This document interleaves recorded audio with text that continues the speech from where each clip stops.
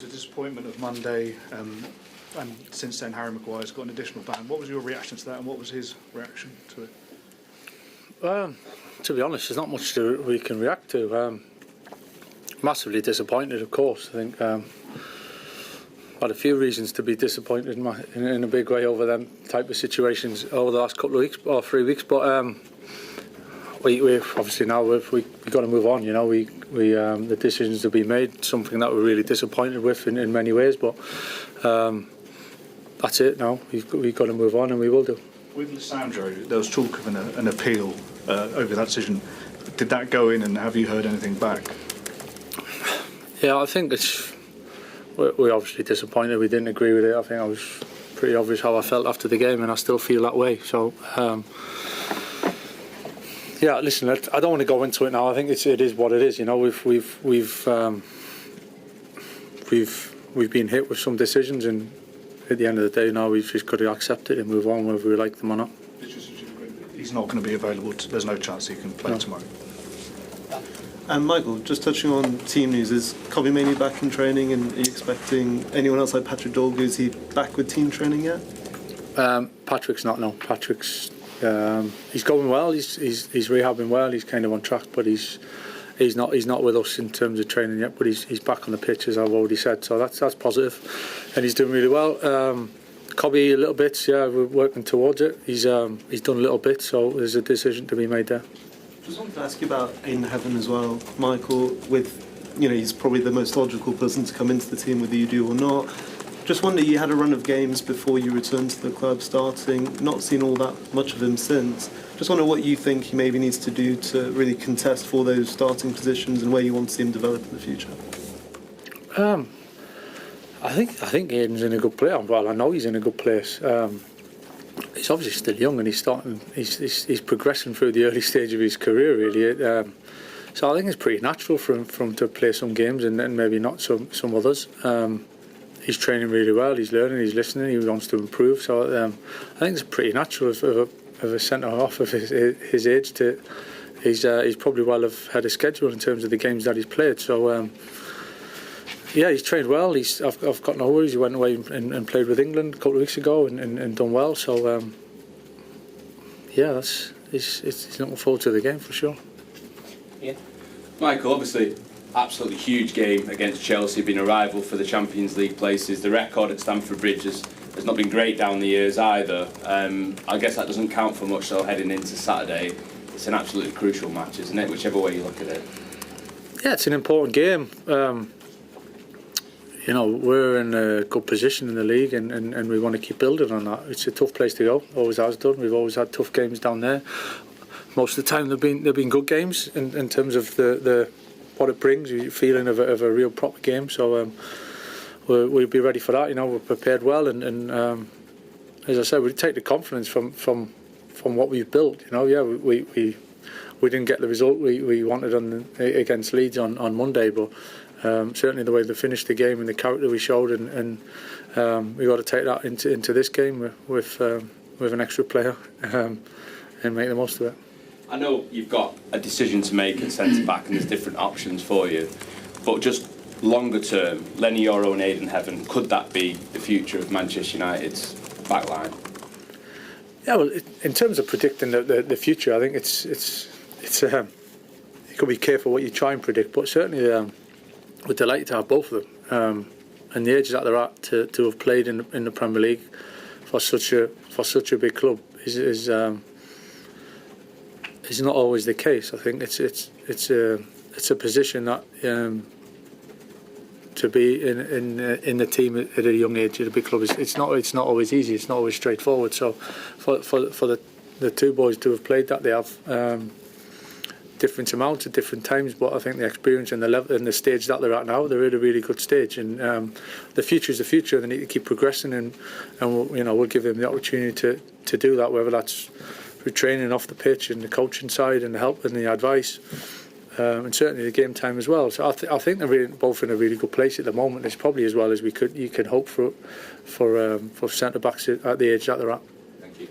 Michael, I realise analysis of situations is shaped by results, but there's been a lot of talk about substitutions in the wake of Monday. What is the thought process? Because a lot of people thought maybe there should have been a change at half-time or earlier or more. What is the thought process?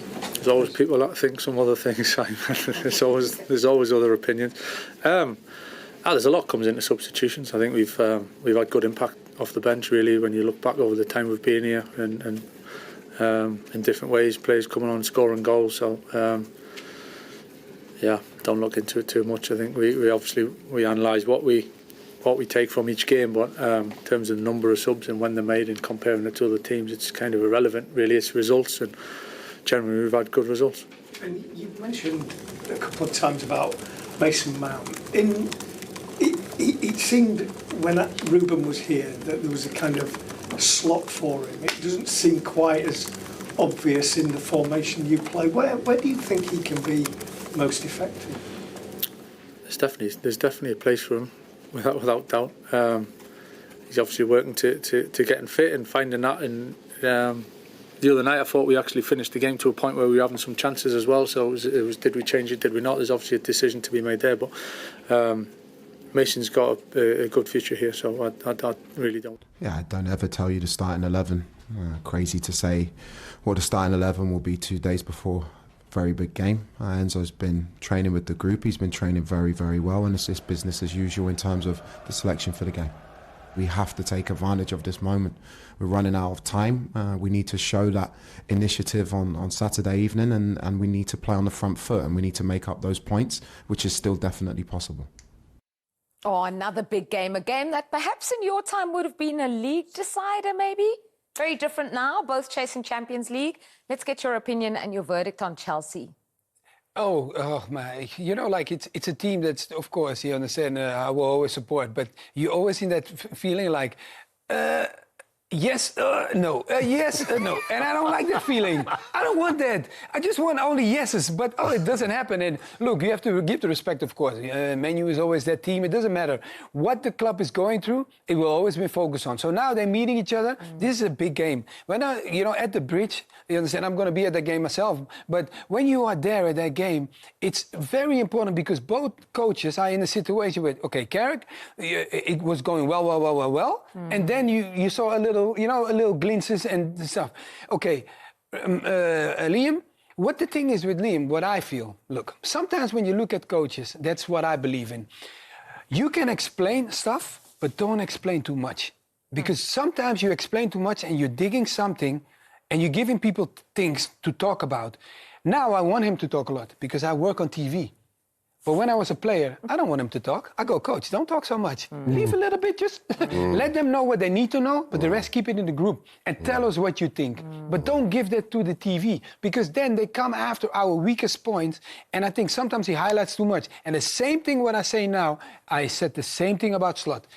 Don't give too much. You guys give too much. You don't have to tell everybody, this is our weakest spot, this is where we're good at. No. Chill. No, agree to disagree. We love that. Us in the media here, we absolutely love it. You're working TV now. Come on, Mark. No, that's why you like it. I give you both views. When I was playing, I don't want my coach to be, now I'm not playing anymore. Coach, keep going. So I like him now. You understand? Because I'm not playing anymore. But if I'm playing, coach, don't do this to me. Don't do that. Chelsea are struggling a little bit at the moment. Yeah. We're going to take a look at their last 10 results there. The last win, the only win in the last 5, was against Aston Villa. And then I think back to the last 6 in all competitions, it was the win against Port Vale. They've been struggling. And it's the reason why I can't call this particular fixture, because there's a really fascinating stat. In the top 5 European leagues, Chelsea have lost the most games since the start of March. They've lost 6 of their last 9. But then when you put them up against Manchester United, they've lost 2 of their last 4. The international break's been horrendous for their momentum. And they've only kept a clean sheet on 1 of their last 21 away games. So both teams can score, but neither side can defend particularly well. I think as far as Chelsea's defence is concerned, My big thing, and I'll only be very brief because I'm sitting next to someone infinitely more qualified. I knew you were going to say that. Nobody here takes responsibility, and that's the reason why they concede so many goals. And you'll see another example here. The ball is played out. Nobody knows how to take responsibility to cut it out. It's left to the goalkeeper to be exposed, and they score easily. And it's been a theme that has run throughout Chelsea's defensive campaign. What do you put that down to? Is that too many changes, so there are no real partnerships? Is that age? What's your opinion? I don't think it's on age. I think I will go more for disciplinary in the sense of like, if I make you play a lot of times together, it creates a better understanding. And changing, if you change one player, it's different than when you change two.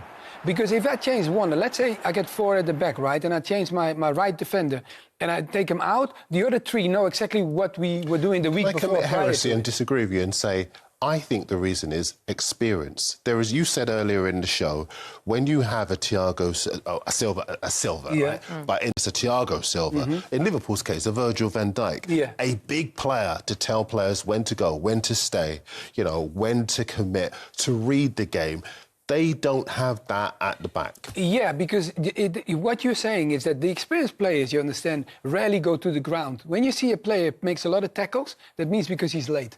And players at late, I made quite a bit of tackles, but if I look at another player, I give an example. We're talking about defenders, Desai. I don't think he even knew how to tackle. So you understand, the timing for him was always right, so he would guide us and tell us certain things. So that's why, yeah, I believe in experience, and I think every team needs that, but you also need, I'm telling you that, you need consistency in what you pick. Yeah. So I give an example. If I have a bunch of games, like 10 games, now they lost back-to-back, 3 games in a row. That's not good. We cannot make that cute. But I'm talking about, if you have like 10 games, in the 10 games, you have to make sure that you start the same defenders at least 8 times. But if you don't do that, you're going to get difficulty in the sense of, okay, where is the trust? A defender needs as much trust as a striker, because a striker needs confidence in scoring goals. We need confidence in making sure we don't concede.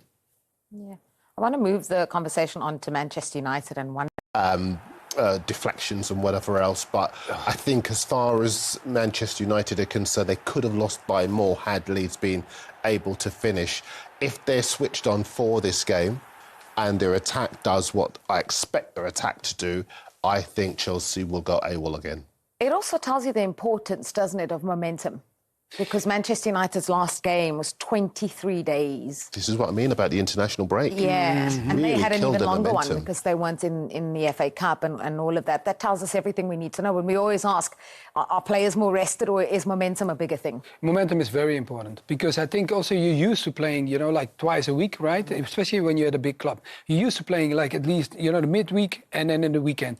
When that kind of get, you know, okay, maybe you're not in the European situation, but it doesn't matter. Sometimes I had with coaches, they put in a game and it's not like as intense, but they create a certain game for you, you know. Even the reserves will come in, you know, to make up a game. And even if you don't play the game for like 90 minutes, but you play it twice 25 minutes, just to give us the feeling like we are in a game. And if that doesn't happen, it's very difficult. I'm telling you, like, sometimes the feeling of knowing to compete is very, very important. I know people will say, like, it doesn't matter, you know, because, oh, you earn this or you do that. No, we want to make sure, like, we are built to compete.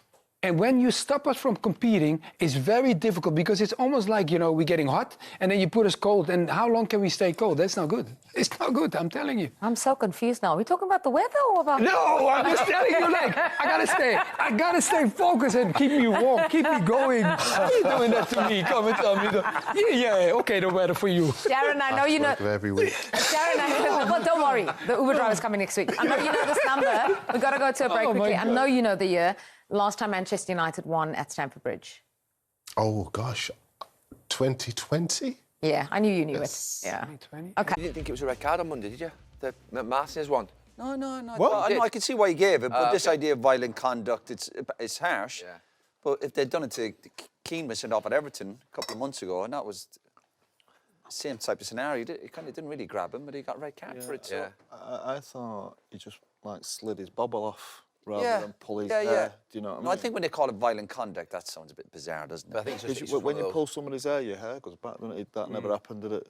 But I'm amazed after the game, United, everyone's angry about the sending off. What about, you should be angry with the performance. The first half, especially. Do you know what it is? Like a distraction to sending off. No, you were 2-0 down at the time. Yeah. Be angry with the first half, how you can turn up for a game so slowly. And Michael concentrated on whether it's pressed in it. Oh, of course. Obviously, it's like a distraction for everyone. We talk about the sending off. Yeah. Look, to be fair, I actually thought it was a sending off.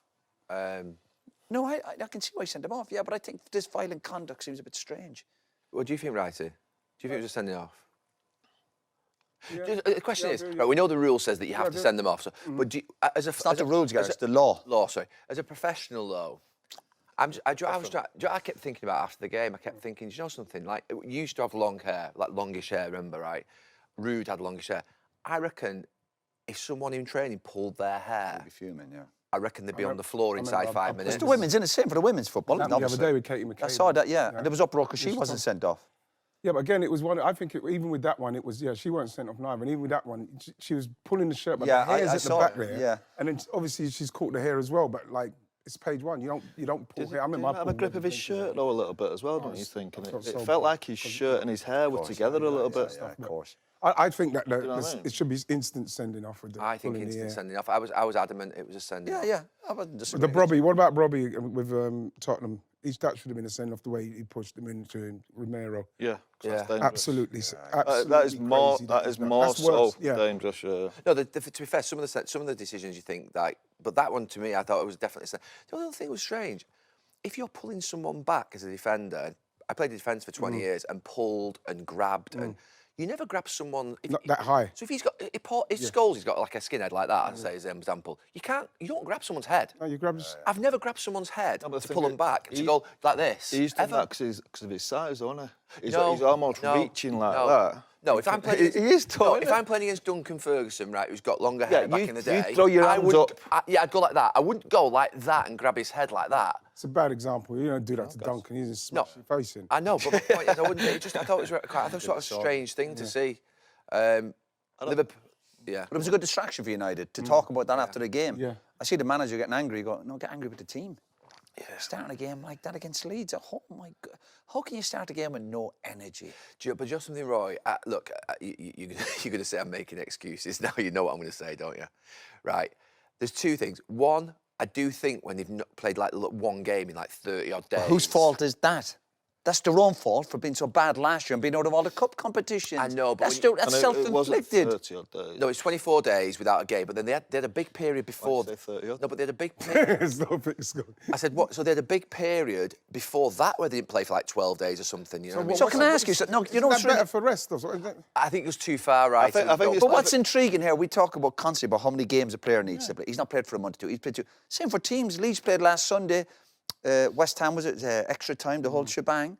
So where do you ever go? That's perfect. You know, what's the perfect scenario for how many games you're going to be playing? Yeah, but the second thing, Roy, I'm going to say. But if you've not played, all right, what would we obviously say at Old Trafford before a game? Just say you haven't played for that long. Start quick. Yeah. At least start quick. If you start slowly, it's hard. It's hard to get going. Well, I think there's two more things. One is I think they definitely probably looked at Chelsea on Sunday and thought we're okay here and a bit complacent. There's definitely a bit of that, which is wrong.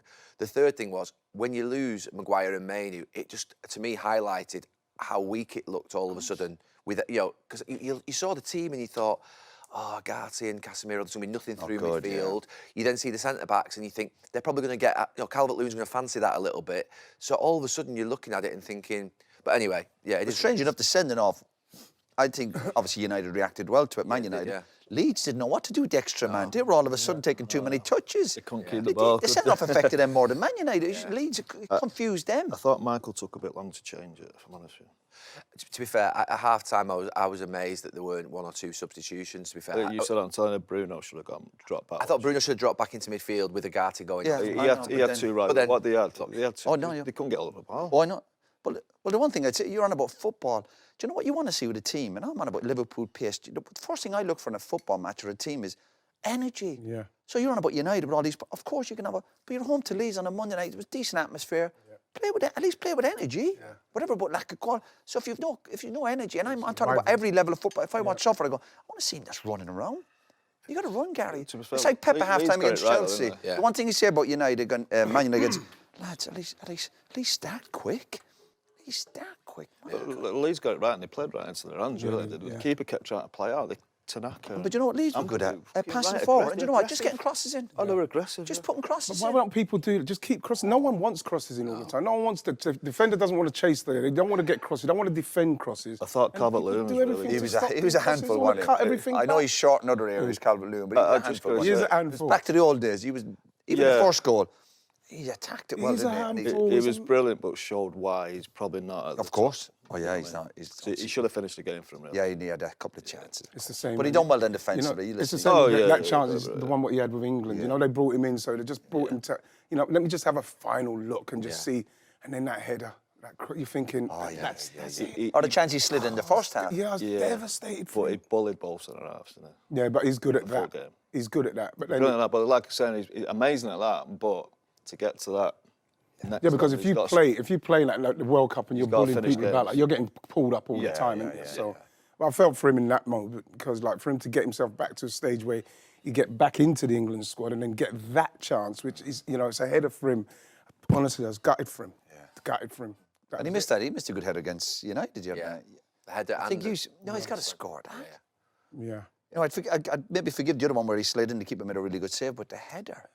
Was the header the one where he sort of like You said there was enough pace in it, but it was a bit of but a he soft done all of it cross. like this. Yeah, but it just. Yeah, those are the The second hardest half ones. talk about. The hardest Yeah. ones. I know he's a top Guys, player, it's- but when you have to put something on it, then you He had to go like that, didn't he? One of them. It was right in the corner, though. You just put it in the corner, down and low, don't you? Score that. Come on. Yeah. Well, you just throw your head at it, don't you? Full head. He did throw his head at it. He did No, throw his head. but not hard do you enough. know what? He's Do had it you know what, too much. Righty? But yeah, I don't think he had to throw it that much You at think it. he just needed- He's done all the actions. Said, "No, just focus just on go getting your-" bang, bang. It was a quite little a bit soft soft. cross, wasn't it? I don't know. It was. A bit like Beto's goal for Everton against Brentford the weekend. That was a bit soft, but he put that in the He corner. put it in the corner, yeah. Anyway, Champions League last night, Liverpool. One of your old players, Alan, Michael Carrick there. I mean, Fantastic player. yeah, it's one of those. I guess if he doesn't make the sub and it goes well, then everyone applauds him. If he doesn't as he did, then it goes wrong. Everyone's against him. What in that moment, not making that sub until the 70th minute, a lot of people, have gotten his back about it. Do you think he should have changed things earlier on? I think game management is a big part of being a successful manager. I was with Steve Coppell actually yesterday, and we was talking about, because he was really good, Steve Coppell, game management on the day. And some managers I've come across, you just know that they're really good at making decisions quickly. They'll take people off at half time, they'll take plenty of substitutions, etc. And usually they're really forthcoming managers. When I say like that, real personality driven, like Mourinho or something like that. Michael's not like that. He's much more kind of studious in the way he's going about his managerial career. And I think his substitutions will follow on with that. That would make sense. That's his personality. So I wouldn't criticise him for that. I think he's had a great start to Manchester United. I think he's done a lot of things really, really well. But it is Manchester United, and of course the media really centres on everything there. It's so big. So I think that criticism is a little bit harsh, if I'm honest. I mean, it is one win in 4. Do you think that honeymoon period is over? And the only reason I ask that is I go back to what we were talking about with Liam Rosenior earlier, and you said it's about what a manager does when they're going through it. Correct. That's on now, Michael. That he'll have sensed that in the press conference. He'll sense it in the dressing room. There'll be pressure, and that's when you need to be very consistent in your decision making. Because players, and Michael will tell you, we're always looking, for a weakness in the manager. Is he pampering to certain players, etc., etc. Got to be strong, and I think Michael has that, and I hope he gets through it. Yeah. It's a hard tell with Michael because he's very level. Do you know, like he doesn't get too carried away. He's just very, very straightforward. You just see him. He's relaxed in situation. Be calm around the whole football club. I mean, he's done extremely well. It was a big call when they took him in. And I feel like, as a little bit different to Liam Rosenior that we were just discussing before, I feel like when he's stepped forward, he's already been there with Manchester United. He's had a little taste, he's had a look. the respect would be there a little bit quicker. Regards he knows to that touch winning line. the players. Yeah. Not just a touch line, the players already are going, right, he's been there right to the very top. You know, and what he brings. Just as he played as well, he was so calm. But he's got a little bit of fight as well. People don't see that side of him, and you have to have that as a manager. That's for certain. But he's, I think overall, we can't be too harsh on him. No, listen. To be totally honest, I think he's done a brilliant job. And we had the opportunity to go out to Ireland to go and chat to him, and I think you can feel that the players respect him. You can feel that they like him. Do you think there is that chance there for him to carry on this job, or do you think the Man United board, they've already kind of said, no, this is an interim basis? Well, Omar and Jason Wilcox obviously are running the day-to-day side of the football club, and they are no fools regards to planning, recruitment, the squad that needs to be improved, and is he one of those who could go on the journey with him? I think you've also got an ownership who sort of jump in and try and make some decisions, which I don't think it's always the way forward. It's their money, it's their finances, they can do it, but let the two people, you know, that you brought into the football club to go and try and improve it. I think that's the point. You know, if you rewind to when Amorim went to the situation, you know, I was looking at Manchester United, no chance Champions League. I didn't think they had any chance of getting in there, and yet Mike would come in and got them cemented in there. I mean, they look like they're going to, you know, get that job done, and I think that'll be a hell of achievement. So it's a big tick from me in terms of that. Does he take it on though? Do you say, well, you have to go and interview several other candidates, but do you say now, when you look at knowing him, like you've known him as a younger player, I know him a little bit later when I was at Spurs, and then different now, has he got the tools? Do you see that in a managerial sort of focus, that you've got that experience? Yeah, I mean, obviously, I've never seen him coach and work on a training ground, because he was always a player for me, of course. But what I think he definitely has the intelligence and the level-headed, and the media. I think he's done particularly well in. He hasn't shied away from it. He's been up front, and I think he's done a great job. Whether he could get the job is obviously out of his control. But he's put himself in a great position to, if not to get the Man United job, to go and kick on again. Definitely. Well, a bit of a weird stat, I know we'll go back to stats, but it's one that I want to pick your guys' brains on, is the fact that Man United in the first half of matches, right? Because this one shocked me a little bit. It's 1 goal in the last 7 games in the first half, right? So we look at some of these here. So 1 goal, 4 conceded. I mean, is there any thinking around this, Michael? Would you say, do they just need to, is it they're not starting well, or is this game management, maybe? It is one of those as well, and I think only the group will know. You know, when you talk about, Michael very much liked possession-based, you know, with a build up. Obviously, that's the way he played. He was calm, and so he'll want that, but he'll want some aggression at the top of the pitch. You've seen him come and react. He wanted to press quicker. He wanted to get up the pitch rather than sit in. So, is the play gone back to a little bit slow, a little bit sort of safe? And I feel like teams are not afraid of Manchester United anymore. Yeah, I think that's the difference. So you say, well, okay, we'll come after you, but they do have to look at that. I think that's a given, but it's still transition. They've had so many injuries. Yeah, you know, and I think that's something you've got to consider as well. Alan, what would you say on that first half stat? If you were manager in there, would you be going, no, we've got to change this? The media always throw up these stats now and again, and they grab a headline. You're part of it, Alan. You're here. Of course, I know, but that's what I'm saying. But as a manager, you can't react to them. But you have to understand that there are certain themes that are going on, and they're in the press. Yeah. So it'd be stupid not to, to talk about it or acknowledge it. Yeah. But they just pop up from the time. Though? Do you know where now, like, we talk about stats, we talk about the attention, the questions, the fans seem to be more intelligent because of the data that's given. Yeah. You're under so much pressure, aren't you, to change what you believe is right? Yeah, I would Did you have that much in yours? No, because the social media and as you say, the kind of statisticians around the game, you'd have your internal statisticians and guys who are working, analysts, etc., etc. But the pressure of those numbers wouldn't be out there in the media being thrown at you all the time like they are now. Yeah. And so you can't run away from them. Unfortunately, Arsenal got some terrible stats at the moment. Yeah. It always comes back to that. I thought I'd just get you back on very good. Well, look. Do you get the sense that players still believe they can qualify for the Champions League this season, and they'll be aware of a lot of the negative talk that's going on? Does it feel like it's affecting them? Of course they still believe. Of course we still believe. I don't know why you would ask that question. I don't understand why you would.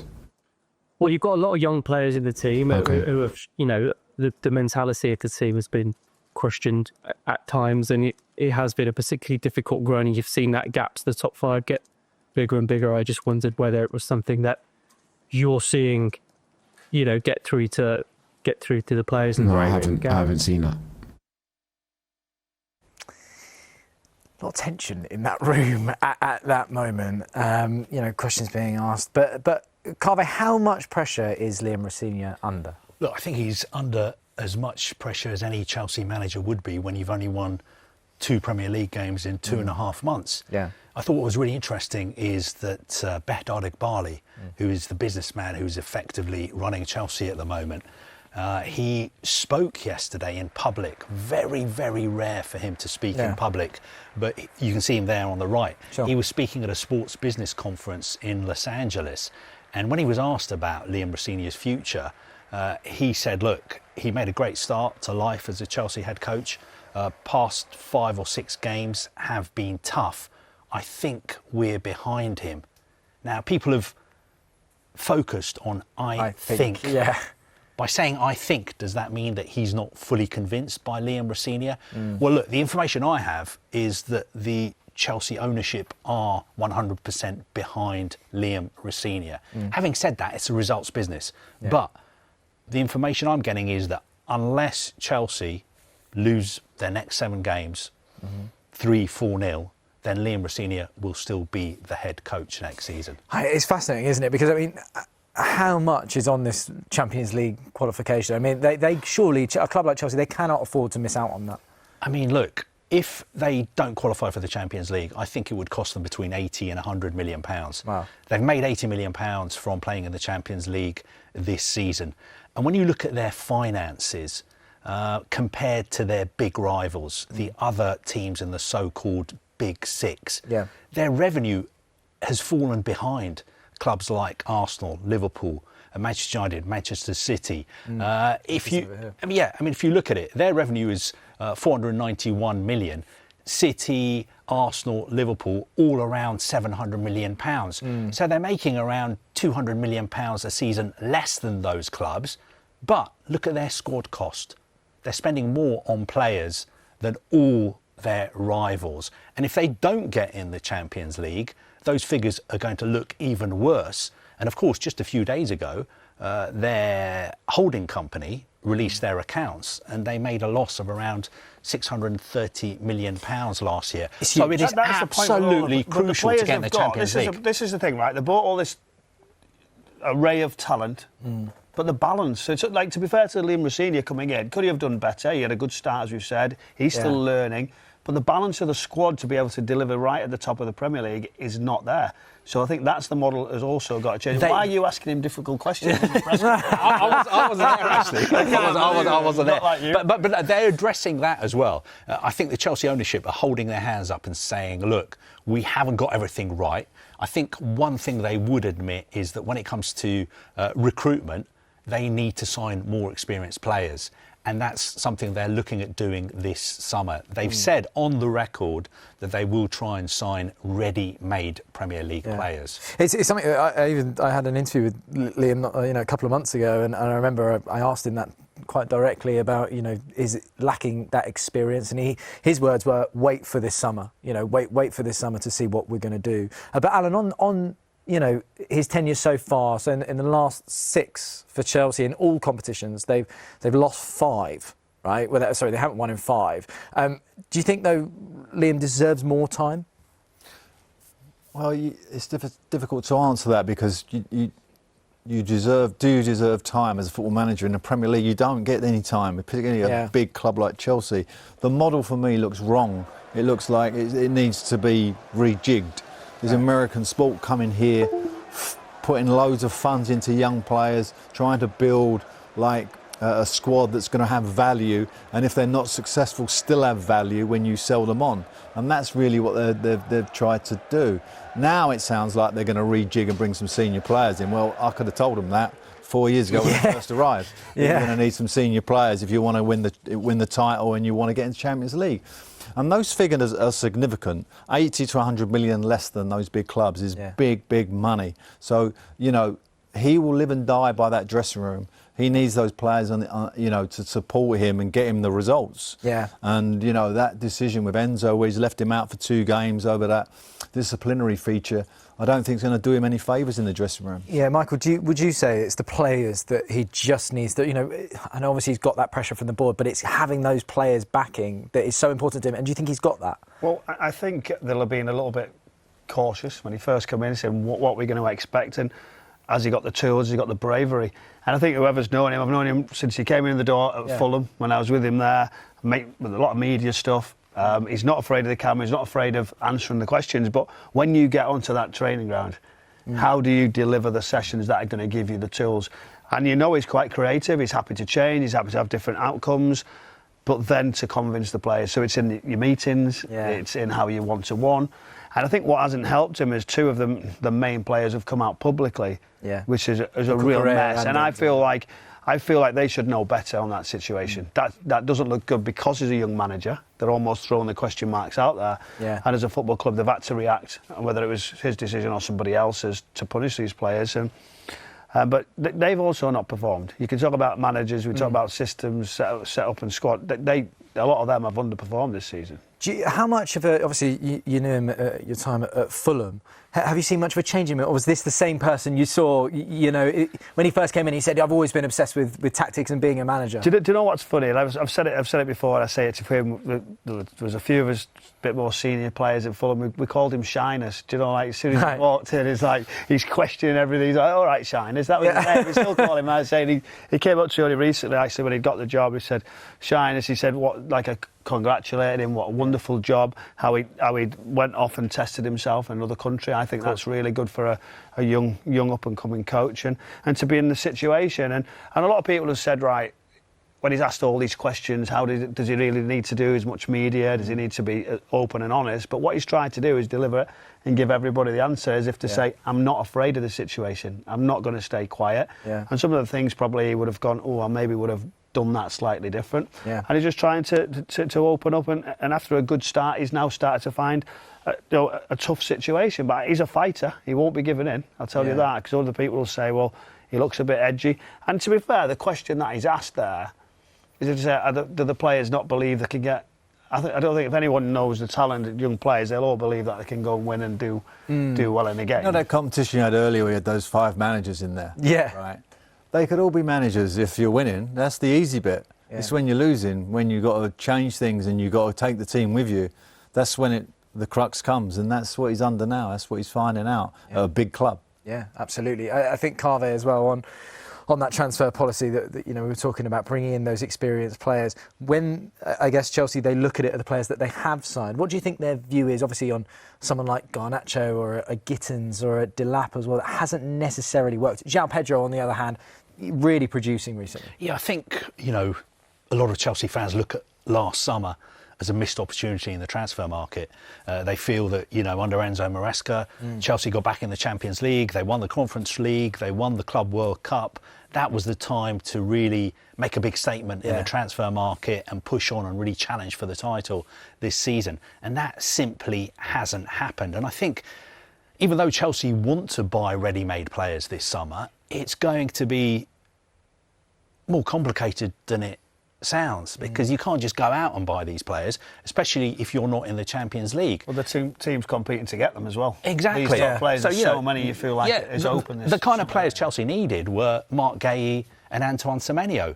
But those players, if you give them a choice... They sold Guéhi when he was a young boy. Exactly. And now... Terrible errors in the past with young players. Declan Rice, another one. Of course. But now, if you give those players a choice of where to go, Chelsea or Man City, they're going to choose Man City. Yeah, that's why the Champions League qualification for Chelsea is going to be so important on a number of levels, not just the funds coming in, but players who want to go there. Yeah. If you're in that sphere of, got clubs in Champions League, then you're going to go to the team who's in Champions League.